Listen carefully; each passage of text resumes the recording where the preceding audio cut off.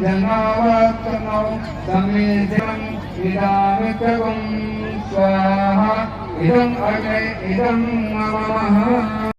Sir, Ballia में 25 जनवरी को जो सामूहिक विवाह हुआ, मुख्यमंत्री सामूहिक विवाह, उसमें कुछ शिकायतें मिली। क्या शिकायतें मिली, क्या कार्रवाई हुई, और आज आप बलिया आए हुए हैं, अधिकारियों के साथ आपकी क्या वार्ता हुई और किस तरीके से तेजी ला रहे हैं आप जांच में? मुख्यमंत्री सामूहिक विवाह योजना एक ऐसी योजना है जो निर्धन परिवारों की मदद करती है, ऐसी सभी कन्याओं को सम्मान देती है और पूरे उत्तर प्रदेश में बहुत अच्छे से ये योजना संपादित हो रही है। बलिया में एक शिकायत आई कि लगभग 537 ऐसे विवाह हुए हाल में, और उसमें शिकायत ये हम लोग को मिली कि कुछ ऐसे जोड़े हैं जिनकी शादी कुछ महीने पहले हो चुकी है, लेकिन वो केवल इस आर्थिक लाभ को लेने के लिए आवेदन कर रहे हैं और गलत तरीके से उन्होंने आवेदन प्राप्त किया। इस शिकायत पे एक जांच समिति का गठन किया गया और साथ साथ जो 35,000 रुपये भुगतान किए जाते हैं उनको तत्काल रोक दिया गया। इससे जो बेईमानी हो सकती थी उसको तत्काल रोक दिया गया। मुझे इस बात की अभी तक संतुष्टि है कि जो 4 अधिकारी इसमें दोषी पाए गए उनके खिलाफ प्रशासनिक कार्रवाई की गई, उनमें से 3 की गिरफ्तारी की गई, और साथ साथ जो दलाल इस काम में जुड़े हुए थे, लोगों को बरगला रहे थे, उनको ठग रहे थे और सरकारी धन को गबन करा रहे थे, दुरुपयोग करा रहे थे, उनकी भी गिरफ्तारी इसमें हुई है। अब आगे क्या कार्रवाई होगी इसके बारे में भी मैं बात करना चाहूँगा। जो सख्ती भ्रष्टाचार के खिलाफ आदरणीय मुख्यमंत्री जी की है, वो यहाँ पे लोगों को देखने को मिली, आगे और देखने को मिलेगी। कोई भी ऐसा दलाल, कोई भी ऐसा अधिकारी बचेगा नहीं जिसने सरकारी धन के दुरुपयोग की, गबन की चेष्टा की है। पैसा तो नहीं गया, रोक दिया गया उसको, लेकिन उसको दंडित जरूर किया जाएगा। साथ साथ जो अधिकारियों ने गड़बड़ की है उनको दंडित किया गया, अगर कोई बचा है तो उसके भी आज मैं जांच करूंगा, उसको भी दंडित किया जाएगा। तीसरा सबसे महत्वपूर्ण, ऐसे मौके हमारे लिए होते हैं व्यवस्थाओं को और अच्छा करने के लिए।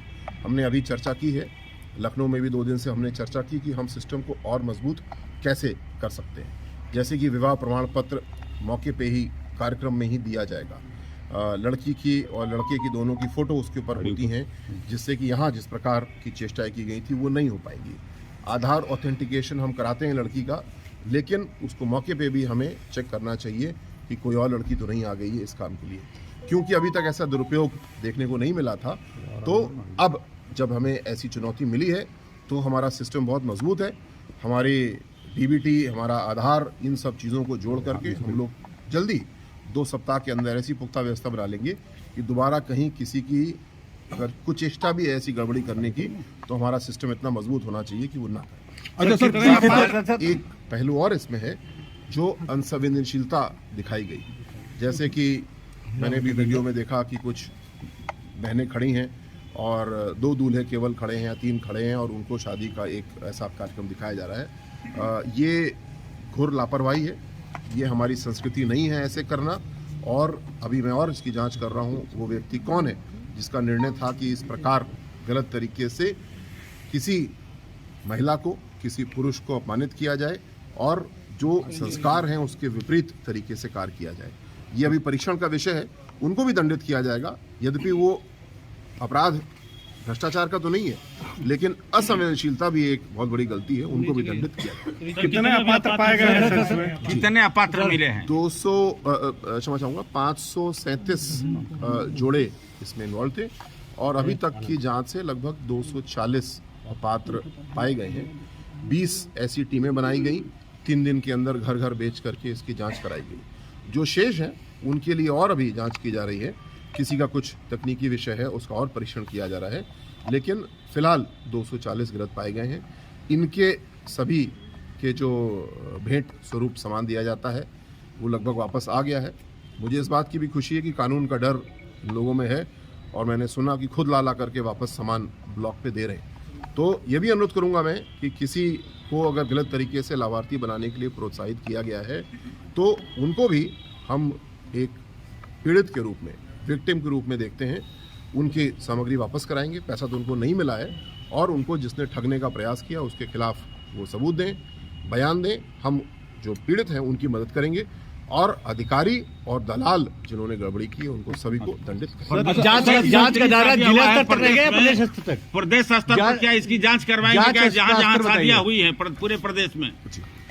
इसमें दो तरह की जांच है। एक जो गड़बड़ी के आरोप लगे, जितना सत्य पाया गया उसकी आपराधिक अन्वेषण इन्वेस्टिगेशन एसपी बलिया द्वारा कराया जा रहा है। मैंने उसकी समीक्षा की, मैं संतुष्ट हूं, लेकिन उसको और तेज करने की ज़रूरत है, उसको और मजबूत करने की ज़रूरत है, जिससे कि किसी न्यायालय में एविडेंस कलेक्शन कमज़ोर हुआ इसकी वजह से लाभ न मिले। जो राज्य स्तर पे हमने तत्काल ये समीक्षा की, जैसे मैंने बताया कि चोर को भी पकड़ना है और ताले को भी मजबूत करना है, यानी आधार ऑथेंटिकेशन, खाते से जोड़ना, फोटो खींचना, मौके पे ही कार्यक्रम स्थल पे ही विवाह प्रमाण पत्र देना, ये चीज़ें ऐसी हैं जो भविष्य में इन संभावनाओं को लगभग समाप्त कर सकती हैं कि कोई भी हमारी गड़बड़ी की चेष्टा ना करे, उसको भी।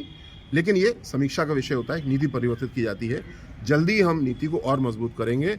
चोर तो पकड़े गए, लेकिन ताला भी हमारा मजबूत होना चाहिए, इसके लिए काम किया। सर, ताले की कितनी चाबियां बनाई है और कितने हाथों में रखी है? ताले की कितनी चाबियां बनाई है, कितने हाथों में रखी है? सुरक्षित हाथों में। ताले को मजबूत करना हमेशा हमारा काम है और मैं तो जीवन भर पुलिस में रहा हूँ, चोरों को पकड़ा है, वर्दी जरूर उतार दी है, लेकिन डंडा साथ में लेकर के आया हूँ।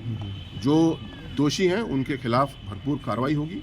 योगी जी ने इसको बहुत गंभीरता से लिया है।